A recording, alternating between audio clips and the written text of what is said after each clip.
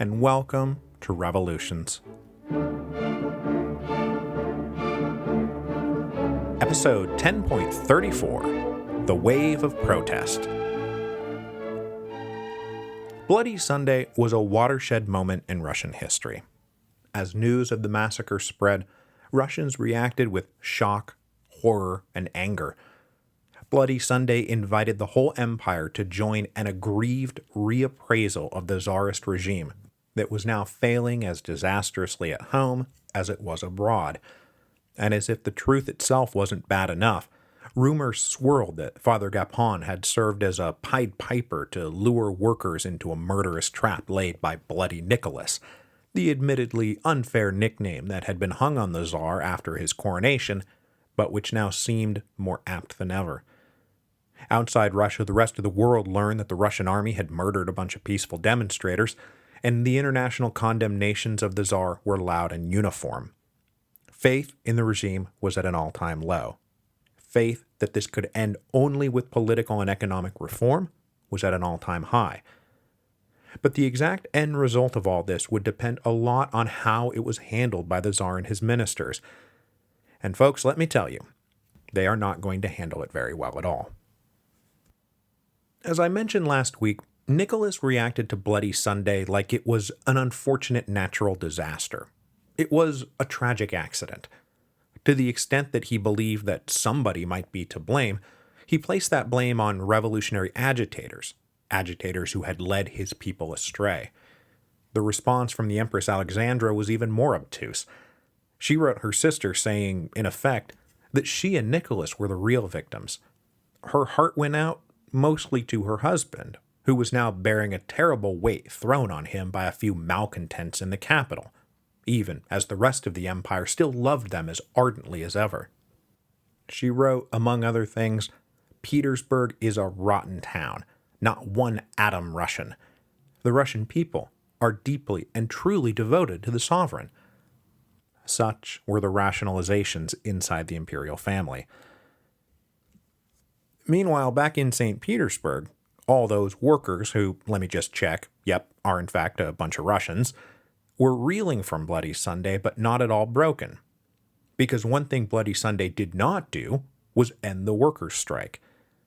In the midst of all of Sunday's drama, it was easy to forget the simple fact that their petition had never reached the Tsar.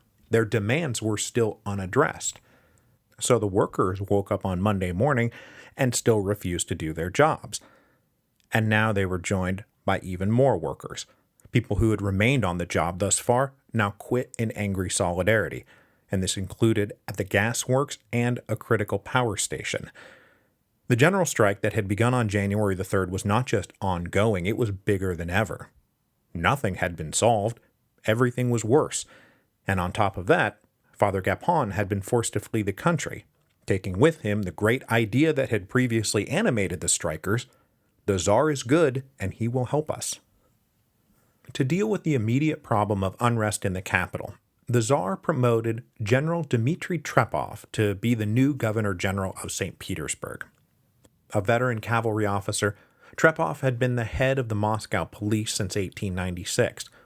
He was a staunch and reliable conservative and had been a vocal critic of Mirsky's liberal approach, saying that it would cause more problems than it would solve. And after Bloody Sunday, this seemed like a bang-on assessment to Nicholas. So Trepov was moved to St. Petersburg to get the situation back in hand. Martial law now prevailed in the capital, with police and troops patrolling unusually empty streets. Trepov also ordered the police to round up all known revolutionary agitators and suspects. Trepov proved to be a steady enough hand that his star was now on the rise. In a few months, he would be given the additional title of Assistant Minister for Internal Affairs, which put him in charge of the National Police Service.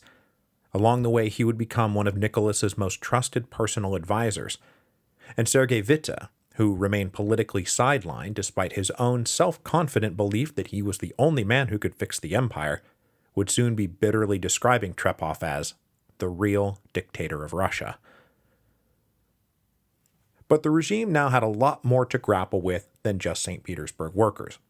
Bloody Sunday triggered a vast wave of protest, workers' strikes, street demonstrations, and demands for economic and political reform.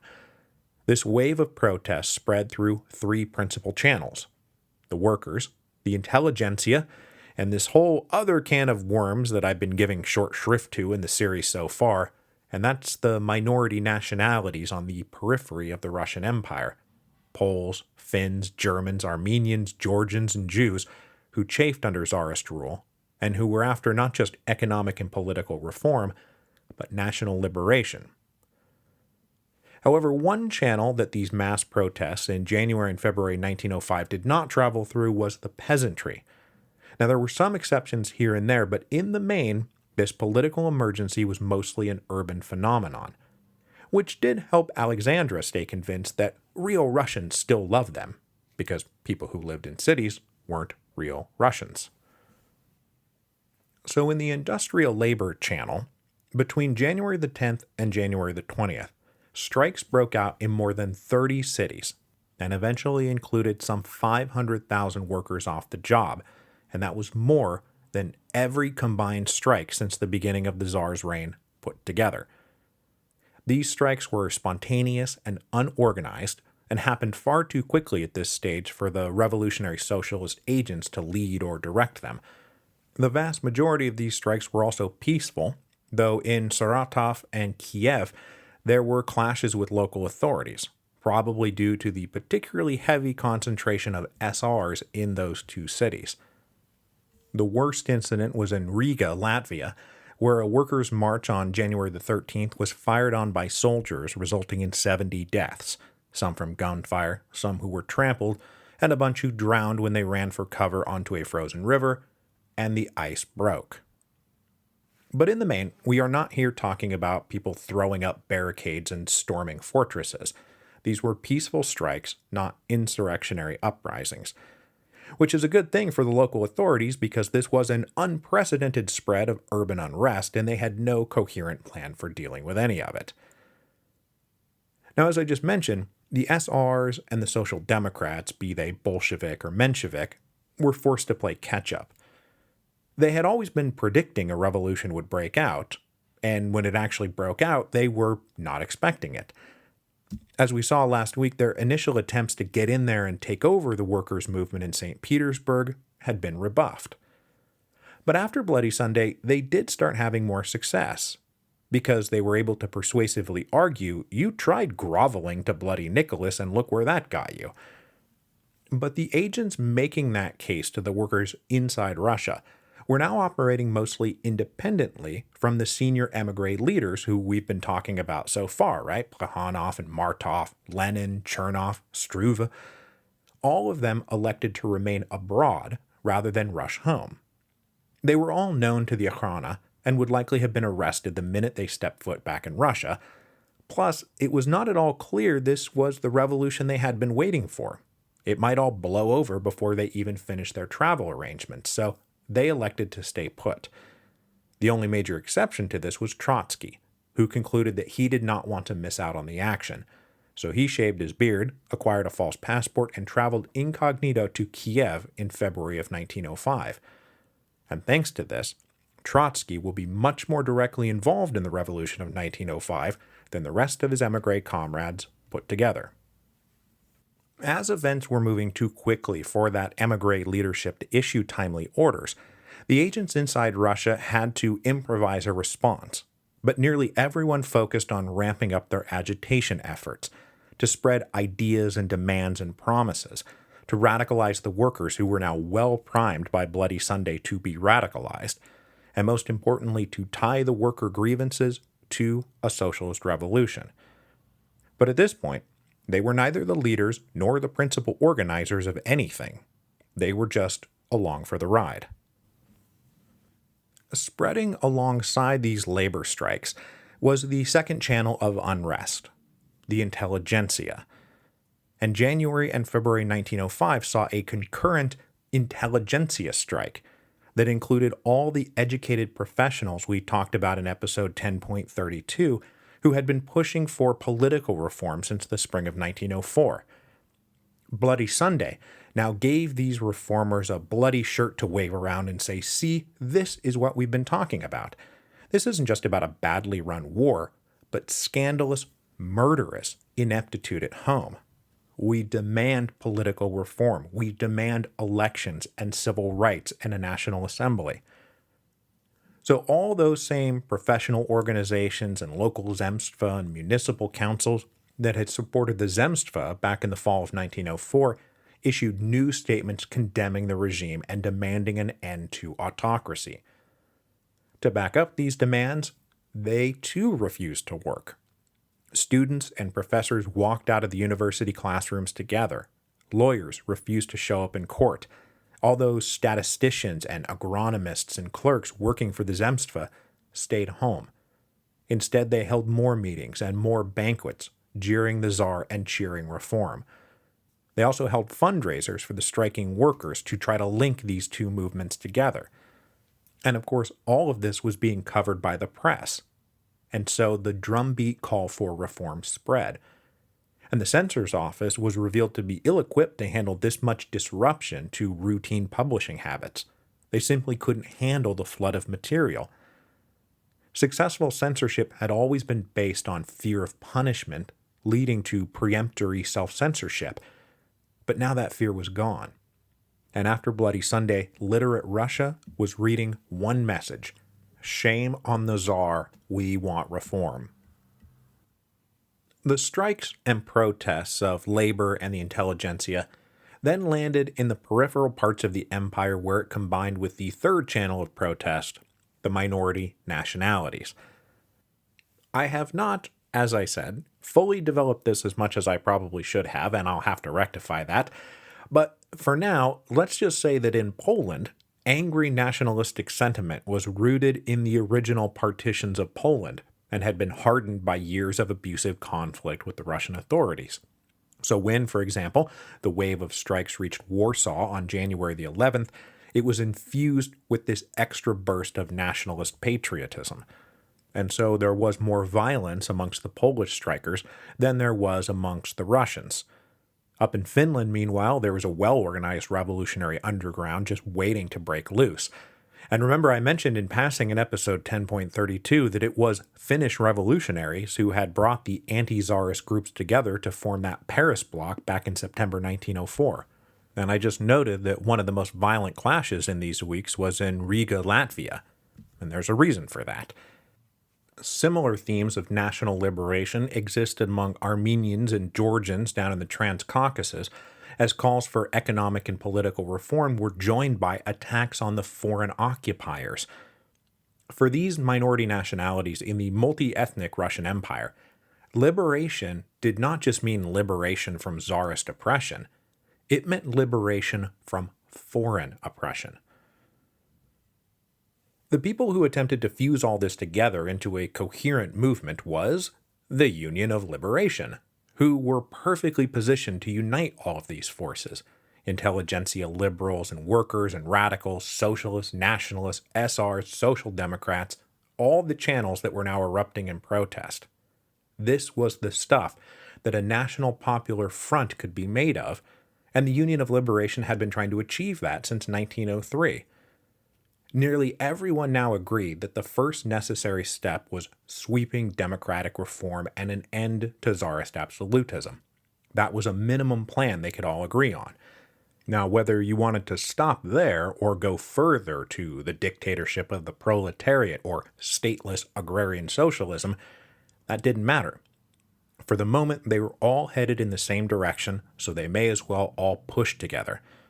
And besides, it was taken for granted among the Marxist agitators that this was probably the beginning of that first bourgeois democratic revolution that would pave the way for the second socialist revolution. So helping these liberal constitutionalists tear down Tsarist autocracy had always been a part of their plans. But though the Union of Liberation was doing a good job fusing together radical members of the intelligentsia, they all still struggled to make contact with the working classes.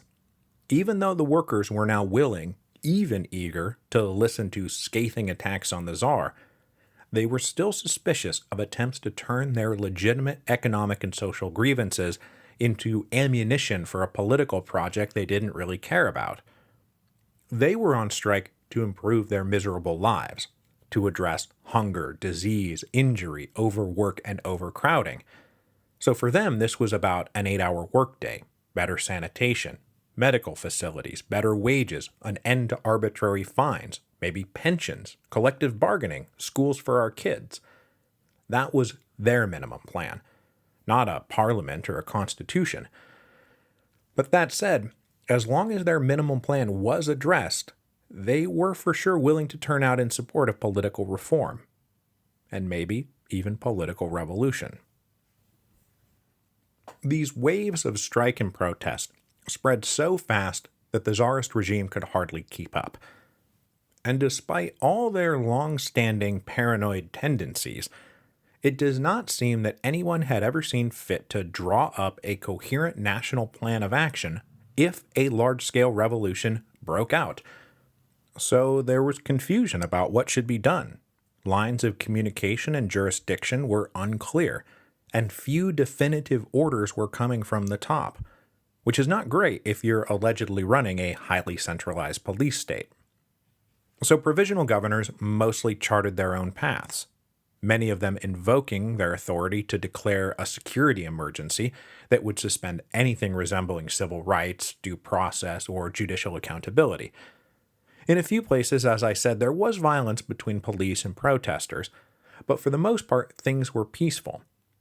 And who knows how far things would have gone if violence had erupted right then and there in January, because nobody really had any idea what they were doing.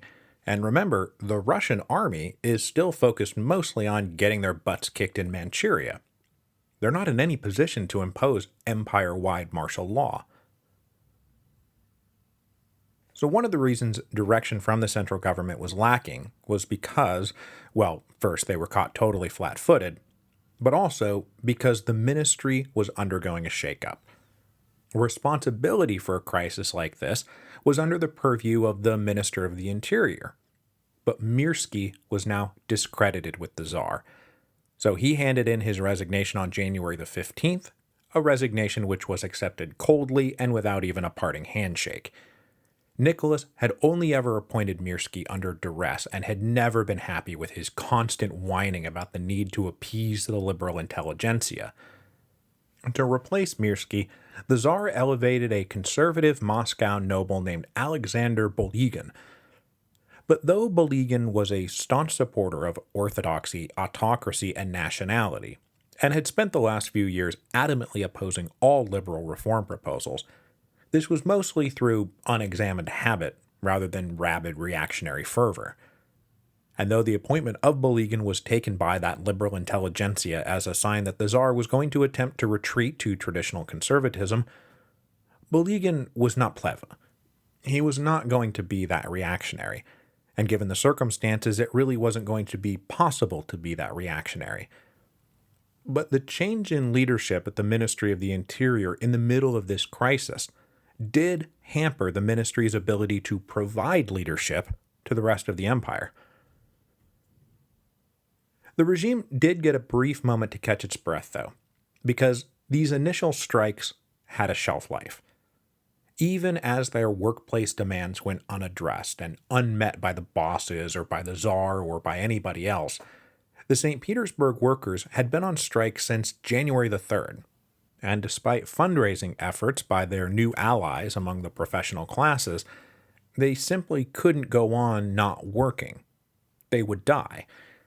So inside the capital, workers started returning to their factories as early as January the 14th, just 5 days after Bloody Sunday, with almost the whole city having returned to work by January the 18th. And this was still as other strikes were getting going in other parts of the empire.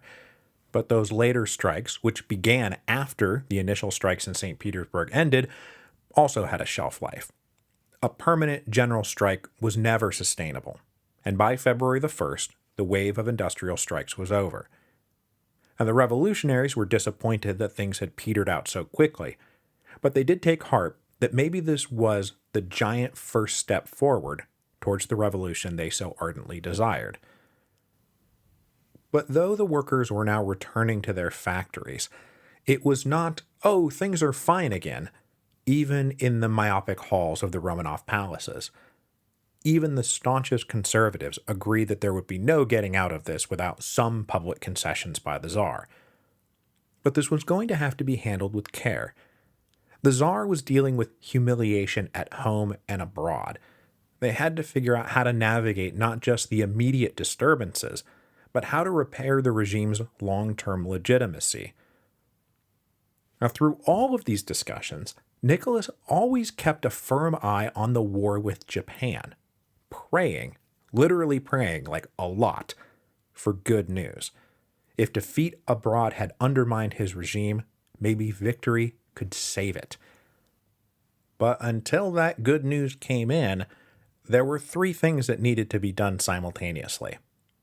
Calm the workers inside the capital, calm the empire generally, and calm the international banking community, because the Minister of Finance is now reporting that Bloody Sunday had sent Russia's credit into freefall. So remember how I said that unlike Louis XVI, Nicholas wasn't yet dealing with financial pressures? Well, now he is. But even with all this in front of him, at one point Boligan was stressing the need for concessions, and Nicholas said, and I'm quoting here, "It's like you're afraid a revolution will break out." And Boligan said, "Your Majesty, the revolution has already begun." I mean, at least Louis understood something was amiss when he asked if it was a revolt, and told no, sire, it's a revolution. So the brain boxes inside the ministry finally came up with a brilliant way to solve the problem of the St. Petersburg workers. The Tsar would meet them face to face to express his concern and understanding.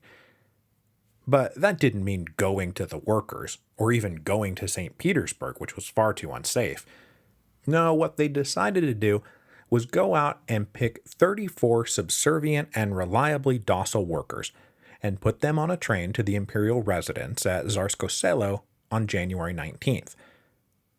For Nicholas, this would be the first time he had come into direct, face-to-face contact with the working class, and when he met them, he felt obliged to play the role that God had ordained for him, the stern but benevolent father. Nicholas read to these workers a pre-written address that turned out to be a paternalistic lecture about how they must not allow themselves to be led astray by evil revolutionaries, especially in a time of war. Then he said he felt terrible about what happened in St. Petersburg, but that he would be a generous father and forgive everyone on all sides for what happened. And then he finished by saying, "I have heard your complaints and I will work to improve conditions for you. Now go home and tell your friends and co-workers that you have met me, that I forgive them all, and I will try to help you all." When they departed, the Tsar and his ministers agreed that it had gone splendidly, and this would be a major turning point. But it really was not. This meeting was accompanied by no other public promises or declarations. The vast majority of people were scarcely aware it had even taken place, and when these 34 workers told people about their trip to meet the Tsar, their friends and co-workers were incredulous. "He forgives us?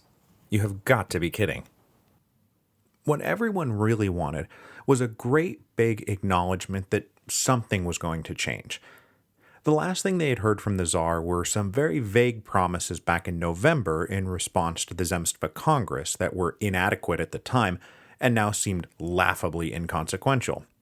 Because since then, we've just had a bunch of bad news from Manchuria, including the fall of Port Arthur, then a general strike in St. Petersburg, then Bloody Sunday, then a nationwide strike.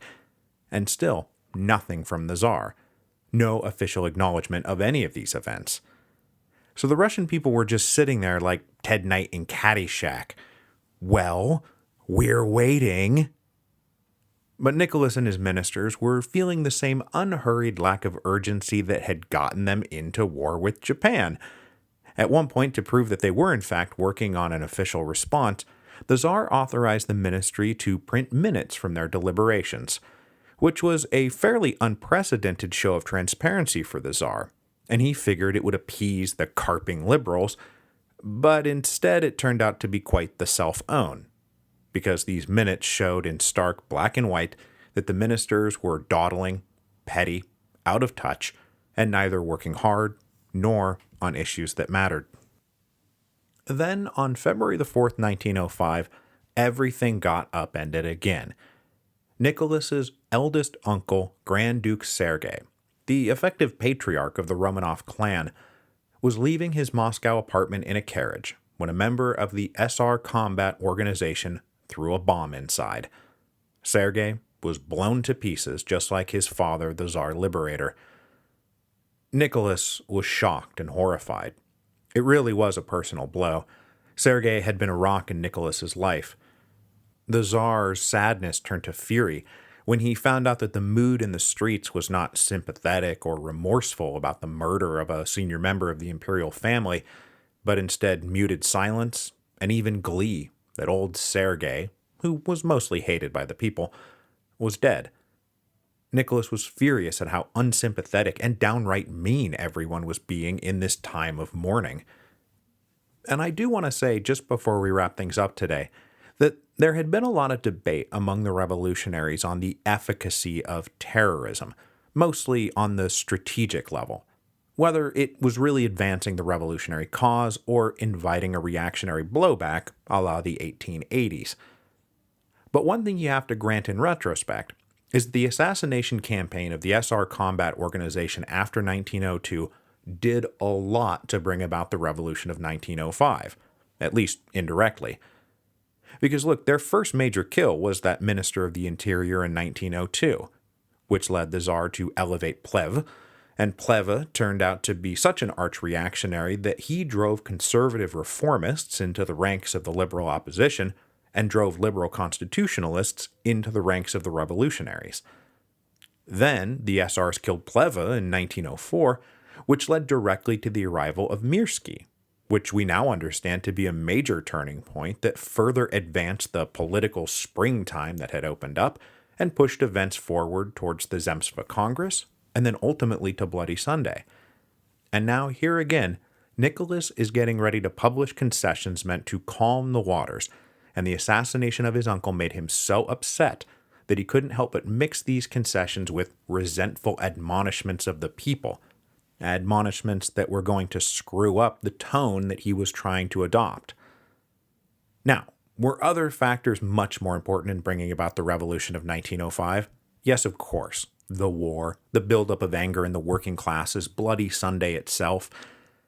But looking back and mapping out the course of events, the SR Combat Organization assassinations definitely played their part. And all the while, these assassinations were being orchestrated by Yevna Azev, who was a paid police agent who could have been stopped at any time.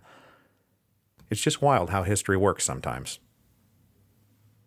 So after the death of Sergei, Nicholas finally got around to putting the finishing touches on the public pronouncements that were meant to address the rolling crises that had been ongoing since the spring of 1904. To his ministry's dismay, however, Nicholas took all their work, did some final editing himself, and then released some proclamations to the public on February the 18th without ever giving them a chance for one last look. So they found out what the final results of all their deliberations were the same time everybody else did. And those final results turned out to be three somewhat contradictory documents. The first was a longish manifesto that called on the people to rally around the principles of traditional autocracy. This is where Nicholas admonished everyone for behaving so disgracefully, and for following ill-intentioned leaders who wanted to, quote, create a new government based on principles alien to our fatherland. This defiant, stubborn, and resentful tone was not what anyone was expecting. But this was not a fatal error. It merely muddled the waters. Because alongside that manifesto, the Tsar issued another decree that formally acknowledged the right to petition, that people were allowed to present proposals on how to improve lives and the working of the government. This was in fact a big concession that the Tsar would at least listen to them. Then finally, later in the day, he issued a third public document, a copy of an order to Minister of the Interior Boligin to begin drafting a proposal that would allow for the most trustworthy people to elect representatives to participate in the initial planning of potential legislation, basically a place where the petitions might be boiled down to concrete proposals. This would all be very limited in scope, but it wasn't nothing. Nicholas is retreating from pure absolute autocracy here. He's going from truly stubborn inflexibility to saying, okay, fine, we'll find a place for the people's voices somewhere. But it was also very confusing because the tone of the manifesto was very different from the tone of the other two decrees. And so suspicion and confusion were as much the reaction out there in the Russian Empire as the joyful embrace of the Tsar's political retreat. The Imperial Acts of February the 18th, 1905, set the tone for the next several months. The invitation to petition led to a flood of petitions, and it was taken by many as an opportunity to more formally and openly organize to discuss the empire's problems and then submit proposals for reform. And if we keep going with our French Revolution analogies, this period resembles nothing so much as the invitation from Louis XVI to his subjects to submit those cahiers de doléances, those grievance lists in 1788. And just like in 1788 and 1789, the petitions of 1905 would ultimately be crafted and positioned to advance the cause of constitutional reform, which was favored by the professional classes. And like the leaders of the Third Estate, the liberal constitutionalists would soon be riding high. In the midst of this swirl of brainstorming political reforms, Nicholas and the Russian Empire were dealt further devastating blows. Nicholas had prayed and prayed for good news from the Far East. But instead, as we will see next week, Nicholas is going to get the worst possible news at the worst possible time.